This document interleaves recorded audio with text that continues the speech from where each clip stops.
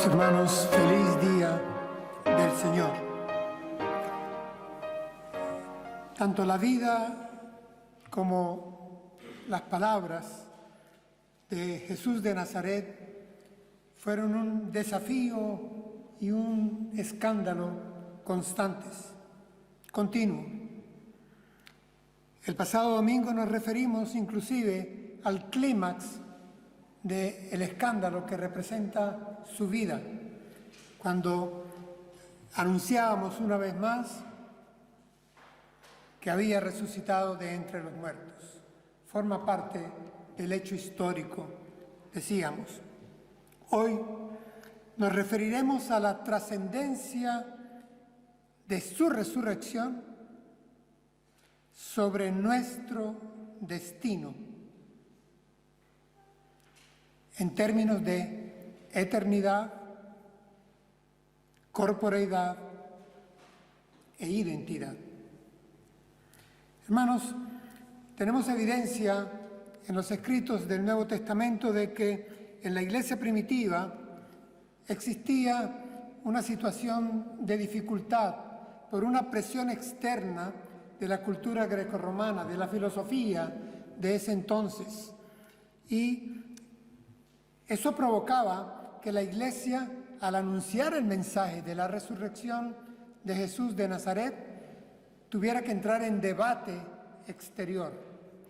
Pero también, según nos consta por las cartas del Nuevo Testamento escritas a las iglesias, tenemos evidencia de que dentro de las iglesias había otro problema. Si con el entorno exterior tenían que entablar debate, interiormente existían dudas. El debate hacia afuera era sobre la resurrección como un hecho histórico, físico y salvífico de Jesús de Nazaret. Las dudas internas en las iglesias eran sobre la resurrección de los creyentes. ¿Cómo habría de influir, de influenciar, de decidir, de garantizar la resurrección de Jesús de Nazaret a la resurrección de los creyentes en Jesús de Nazaret, los integrantes de la iglesia, del cuerpo eclesial? Hermanos, hoy en día creo que todavía contemplamos una situación parecida, debates hacia afuera y dudas hacia adentro. La palabra que quizá pueda resumir esta tensión es escepticismo. Todavía hay vestigios de escepticismo dentro de la iglesia sobre la resurrección corporal con identidad de los creyentes en Jesús. A veces se guardan silencios sobre el tema. A veces son como penumbras, a veces ciertas reservas. Se levantan interrogantes con ejemplos y tal vez no nos atrevemos a hacerlo con la fuerza con que dentro de la iglesia primitiva se llegó a levantar esta pregunta: ¿con qué cuerpo resucitarán los muertos? Esta pregunta estaba en las iglesias que tenían una base griega o que estaban en territorio donde había cultura griega. Yo voy a escoger hoy un texto escrito por el apóstol Pablo a la iglesia de Filipo, carta a los filipenses. Voy a leer en Reina Valera 2020. Solamente 2 versículos del capítulo 3 de esa carta. Leo para ustedes. Pero nuestra ciudadanía está en los cielos, de donde también esperamos al Salvador, al Señor Jesucristo.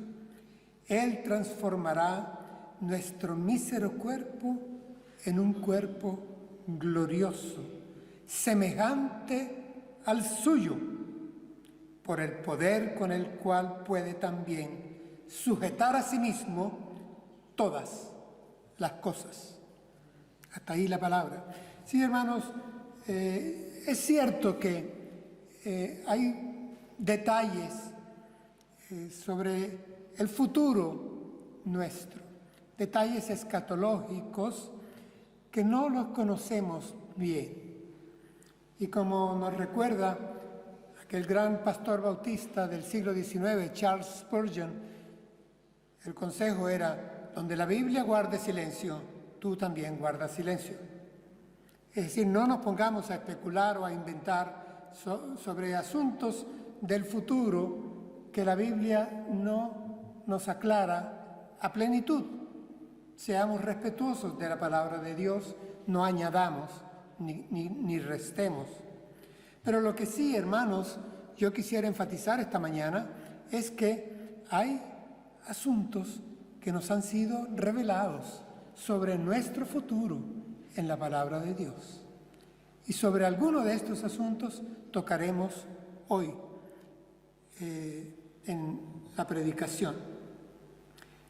Lamento, y como pastor lo reconozco, en otros escenarios en los que he estado, en otras latitudes, en otras iglesias, pero he encontrado que muchos hermanos míos en la fe viven, al hablar de su resurrección,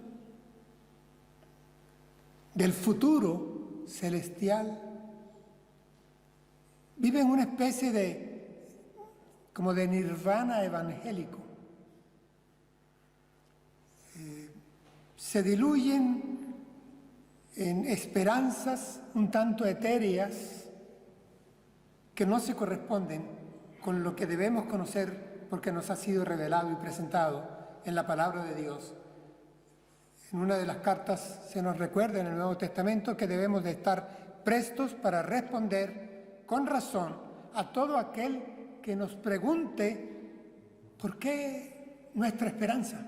Tenemos que explicar lo que la palabra nos dice sobre nuestra esperanza de vida eterna, corpórea y con identidad en el cielo de Dios. Y a esto nos referiremos hoy con base en la Escritura. Primero, quiero recordar que en la mayoría de las cartas del Nuevo Testamento, en todo el corpus paulino, es un hecho que están asociados tres eventos escatológicos: la segunda venida de Jesús en gloria, la resurrección de los muertos y el juicio final. Son tres eventos que están encadenados, asociados, íntimamente vinculados en el tiempo de Dios y en el tiempo nuestro. Así será. Cuando el Señor Jesús regrese en gloria, los muertos resucitarán y habrá juicio final. En las cartas de Pablo esto es un énfasis que se percibe al leer la mayoría de sus escritos. El que tenemos hoy como base para nuestro sermón, este breve pasaje de la carta que escribió a los filipenses, me llama la atención que justo la línea anterior advierte que aún en esta iglesia, que Pablo amaba mucho, había, cito textualmente, algunos que solo piensan en lo terrenal. Había aún en la iglesia hermanos que se dejaban absorber por el día a día de lo terrenal y por ello la duda entraba sobre lo celestial, sobre el futuro. El presente les consumía.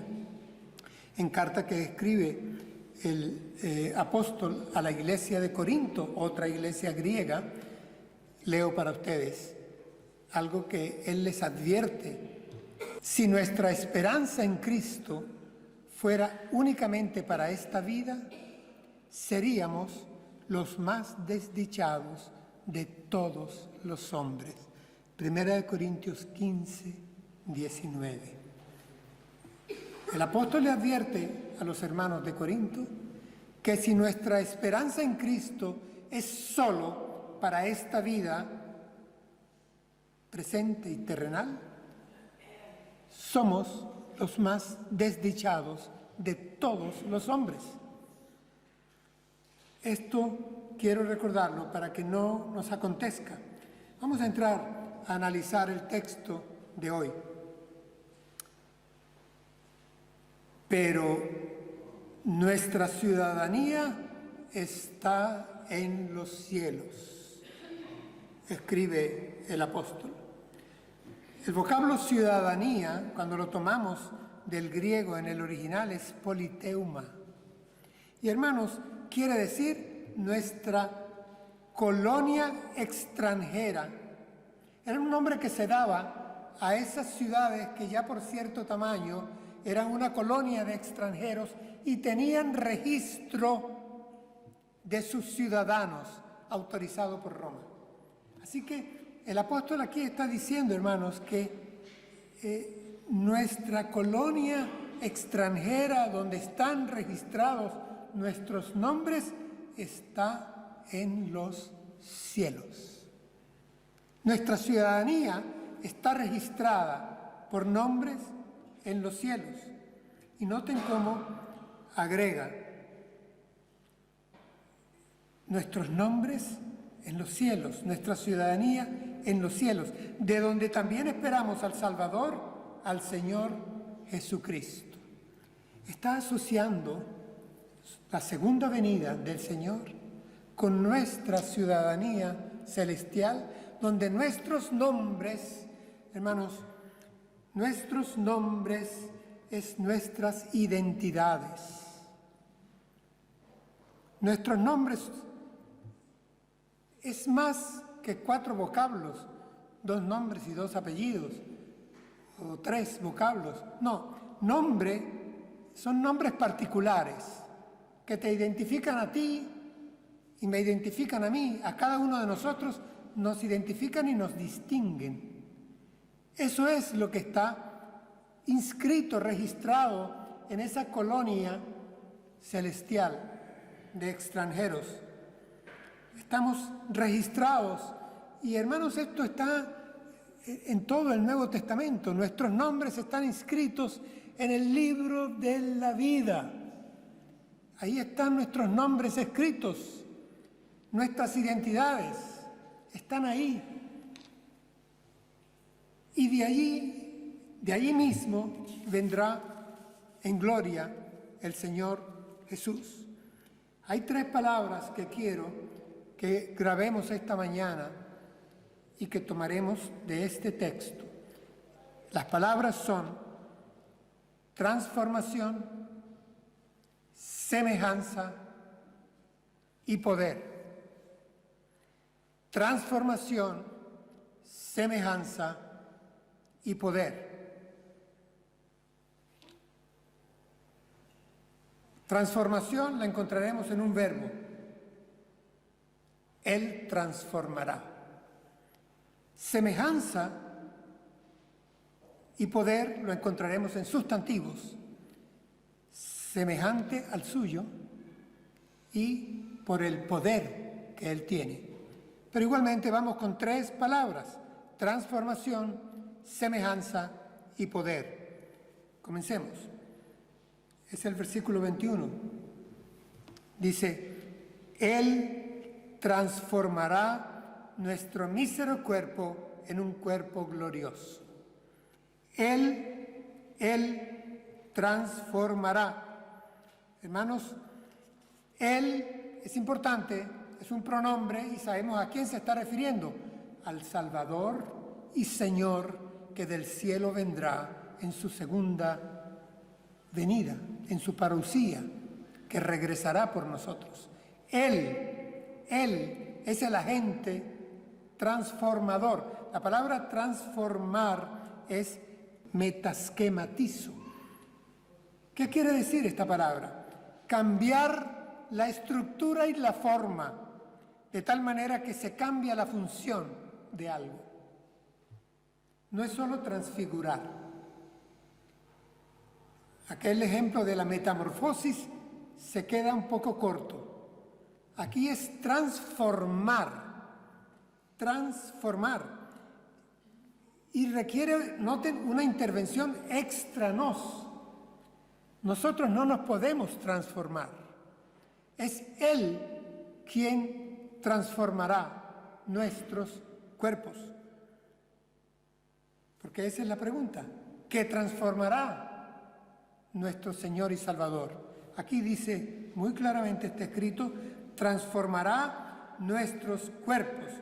Nuestro mísero cuerpo, Reina Valera 60 dice, cuerpo de humillación, cuerpo deprimido, cuerpo devaluado, transformará nuestro cuerpo en un cuerpo glorioso. Así que están refiriéndose a que Él, Jesucristo, nuestro Salvador y Señor, transformará nuestra materia. Hermanos, nuestros cuerpos, mi cuerpo y el tuyo, no son más que una nube de átomos. Eso es todo. Y es una nube de átomos sujeta actualmente al deterioro, al desgaste, a la disolución, a la decadencia. Imperfectos. Somos limitados. Es corruptible, es débil, es perecedero. Pablo abunda con la analogía cuando escribe a los Corintios sobre esto.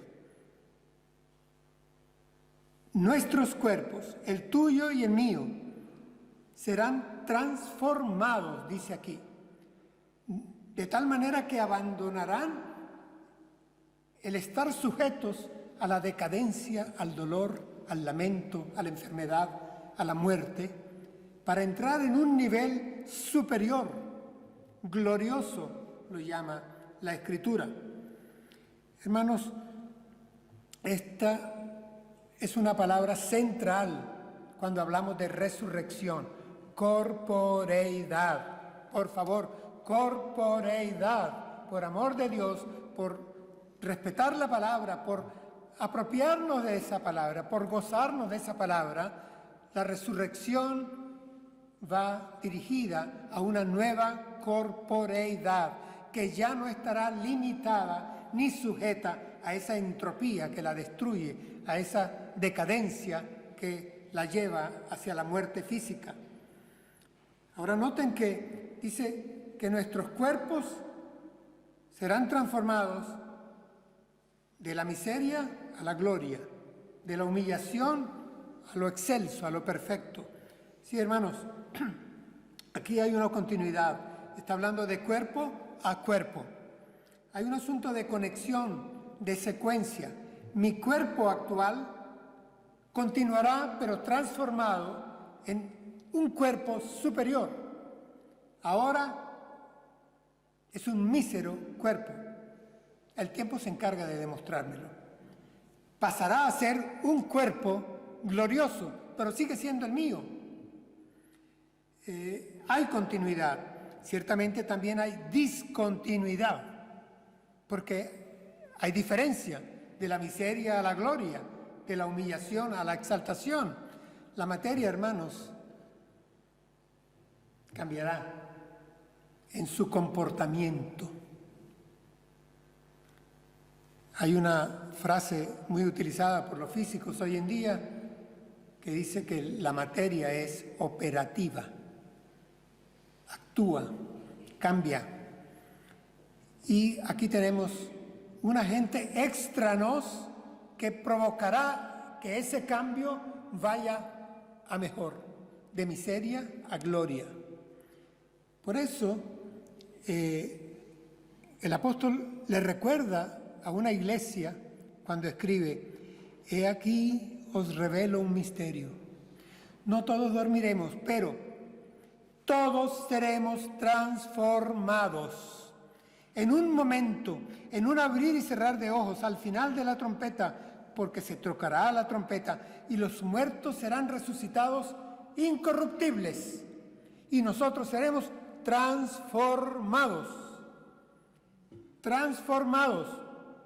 No estoy leyendo los Filipenses, estoy leyendo Corintios. Seremos transformados. Me fascina cuando leyendo el griego dice en un momento, y la palabra ahí es en un átomo. En un átomo de tiempo. Esa partícula que se consideraba para entonces indivisible, en un átomo seremos transformados. Seremos transformados. Todos seremos transformados. transformados. Así que nuestra materia cambiará hacia un estado de idoneidad con el Espíritu, a donde no haya ya más conflicto, a donde no se cumpla aquello de que el Espíritu a la verdad está presto, mas la carne no. A que no se dé aquella lucha que tenía el apóstol: lo que quiero hacer no puedo, no hago; lo que no quiero hacer, eso hago. Esta lucha interna, ¿quién me librará de esto?, decía el apóstol. Sí, no habrá conflicto. Nuestra materia de cuerpo resucitado será idónea ad hoc al Espíritu que ya está en la presencia del Padre, esperando ser revestido para vivir en eternidad. Hermanos, el cambio habrá de ser, como ya lo hemos advertido antes, un cambio cualitativo que se da de cuerpo a cuerpo, de miseria a gloria, en armonía. Y destaco esto porque nosotros predicamos como parte de nuestro anuncio la verdad que se revela por Jesucristo en el libro llamado Apocalipsis. Habrá cielo nuevo y tierra nueva. Hermanos, si habrá cielo nuevo y tierra nueva, tiene que haber cuerpo nuevo para que viva en cielo nuevo y tierra nueva. Y ese cuerpo nuevo es un cuerpo transformado. Transformado. Ahora, en el momento presente, Adán es el prototipo de mi cuerpo. Pero a momento futuro, Jesús resucitado será el prototipo de mi cuerpo. Cambiarán las cosas. Esto no es un sueño, una exageración de mi parte. Es lectura de la palabra. Sigo leyendo. El mismo versículo. Él transformará nuestro mísero cuerpo en un cuerpo glorioso, semejante al suyo. ¿Qué tal? Nuestro cuerpo glorioso será semejante al suyo, al de Jesús de Nazaret, resucitado de entre los muertos. Ahí está el prototipo, semejanza. Ya les decía, una primera palabra que teníamos que tener muy presente era transformación. La segunda es semejanza. En nuestra salvación se precisa que nuestros cuerpos resucitados serán semejantes al de Jesús de Nazaret, resucitado. Su cuerpo prefigura el nuestro. Su cuerpo resucitado es modelo del cuerpo que recibiremos, con el que seremos nosotros dotados. Materia, sí, hermanos, seguirá siendo materia, pero una materia con características y facultades superiores, transformadas, cualitativamente diferentes. Noten que el cuerpo del crucificado pudo ser reconocido una vez resucitado. Así que el cuerpo del Cristo crucificado, experimentando la transformación de la resurrección, pudo ser reconocido en el Jesús resurrecto. Era el mismo, y fue reconocible como era antes. Lo reconocieron mujeres, hombres, multitudes, unos a solas, unos caminando, unos sentados, unos en espacio abierto, otros en espacio cerrado. Unos comieron con él, otros le abrazaron, otros le escucharon, otros hermanos, el Jesús resucitado era cuerpo glorificado del Jesús que había estado con ellos 3 años antes, por 3 años. Él reconocía a los demás le reconocían a él, pero también él reconocía a cada uno de los demás. Vayan y díganle a Pedro, tú te llamas María. Él reconocía a los demás en sus particularidades, en sus personalidades. Ellos le reconocían a él. en sus particularidades, la forma como partía el pan, el tono de su voz. Asuntos de identidad, asuntos de identidad. Y este es el momento en que les quiero llamar la atención a un asunto que está íntimamente unido. Hermanos, nosotros somos diferentes los unos de los otros. Somos diferentes. Ninguno es idéntico. Nuestro ADN es diferente. 3.000 millones de unidades informáticas que tienes tú y 3.000 millones de unidades informáticas que tengo yo. Pero tu ADN y el ADN mío son distintos porque hay distinta información en esa molécula del doble helicoide. Hay distinta información. Cada uno de nosotros es único. Así que la resurrección toma en cuenta, al tomar tu nombre y mi nombre, tu identidad y mi identidad, toma en cuenta tu unicidad y mi unicidad. Tu personalidad, mi personalidad. Esto está miren, el apóstol Juan, en su primera carta, escribe: amados, ahora somos hijos de Dios y aún no se ha manifestado lo que hemos de ser, pero sabemos que cuando Él se manifieste, seremos semejantes a Él, porque lo veremos tal como es. Es Juan quien escribe, no es Pablo. No sufre la infección griega de que acusan algunos críticos en el pasado siglo, no. Seremos semejantes a Él. ¿Cuándo? Cuando Él se manifieste y asocia la segunda venida a nuestra resurrección corporal, diciendo que seremos semejantes a Él, dice, porque le veremos. Utiliza el sentido de la vista, que es el que más pareciera ser necesario cuando hablamos y tocamos este tema, porque le veremos tal como Él es. Hermanos, una vez fui preguntado, una segunda vez también, una tercera y muchas más. Sí, hermanos, nos reconoceremos unos a otros porque somos diferentes, somos únicos y no somos islas. Cada uno de nosotros es historia. Tengo mi historia, tú tienes la tuya. Nosotros no solo somos cuerpos, somos relaciones también. Gran parte de lo que somos lo debemos a nuestras relaciones con los demás. Así que, sí, hermanos, cantamos un himno que en una de sus líneas dice: cuando allá se pase lista, yo a mi nombre muy feliz responderé. A mi nombre muy feliz responderé. A mi nombre, no al tuyo. Luego estamos cantando porque profesamos que estaremos allá y alguien responderá primero a su nombre, vendré y luego y yo y después me seguirá otro.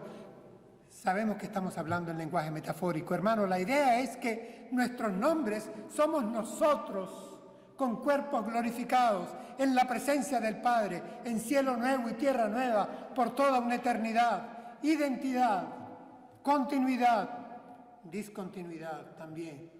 Pero nos reconoceremos, por supuesto, unos a otros, porque todos somos diferentes y muchos nos conocemos. De esto hay evidencia en algunos pasajes que por razones de tiempo no puedo tocar en este momento, pero pasajes bíblicos. Me llama la atención que cuando el Señor Jesús resucita, se presenta en un ambiente cerrado, un pequeño ambiente donde estaban llorando escondidos en temor sus amados de su equipo apostólico. Y ellos cuando le ven, se confunden y creen que están viendo espíritu, algo. Y Él les dice: soy yo mismo. Soy yo mismo. Hermano, eso es precioso. Cuando el Señor les dice: no teman, soy yo mismo. Soy yo mismo. Cuando va a ascender a los cielos, ellos se quedan viendo el cielo con una nostalgia adelantada. Y un par de varones a su lado les dice, ¿qué están mirando al cielo? Este mismo Jesús que subió, vendrá. Es este mismo, Él mismo, como lo vieron subir con cuerpo glorificado, vendrá con cuerpo glorificado, porque un pedazo de tierra glorificada entró en el cielo de Dios cuando Jesús, resucitado, ascendió a los cielos y se ubicó a la derecha del Padre. Job, en aquel antiguo libro, dice, yo sé que después de deshecha está mi carne, cuando se me caiga la piel ya, después de que yo deje de ser, dice, como mi Redentor vive, yo mismo le veré, dice Job. No será otro, incluso se apresura a adelantar, no será otro, seré yo mismo, y con estos ojos lo veré. Gloria a Dios. Amén. Soy yo mismo quien estaré allí.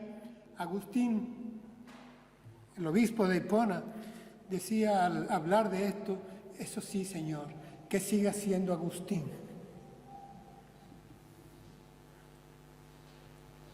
Ahora, ¿cómo se logrará esta transformación para tener cuerpo glorificado semejante al de Jesús resucitado?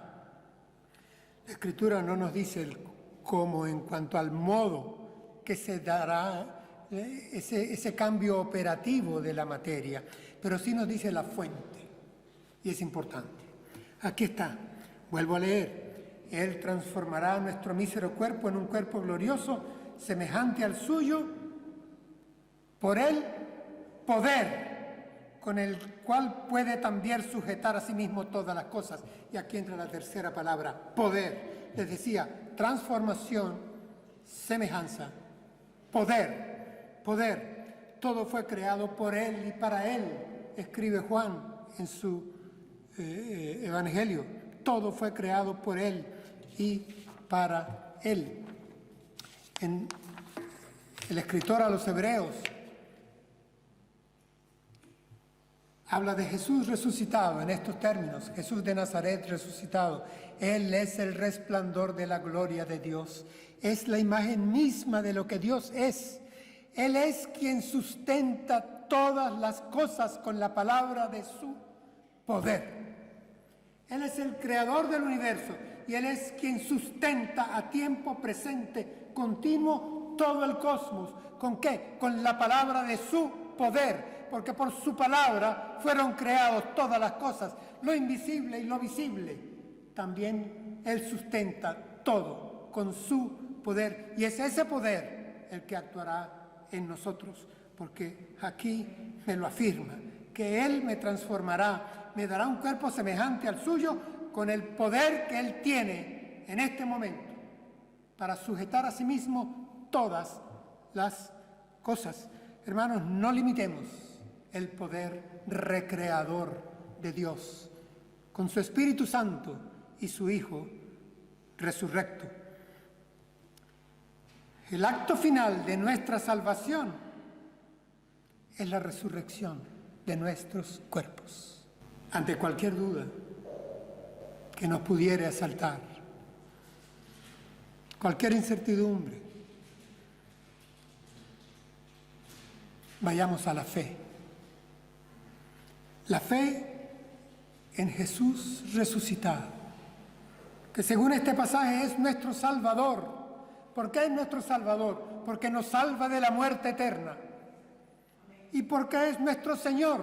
Porque tiene el poder. Él es el Kyrios, tiene el poder para resucitarnos a nosotros con cuerpos glorificados. El Señor Jesús lo dijo, y con esto termino. Esta es la voluntad de mi Padre, que todo aquel que ve al Hijo y cree en Él tenga vida eterna. Y yo le resucitaré en el día final. Palabra suya, palabra de Dios, palabra que cumple. Hemos cantado todas las promesas del Señor Jesús. Son apoyo poderoso de mi fe. Que así sea. Amén. Que Dios nos bendiga. Amén. Oremos.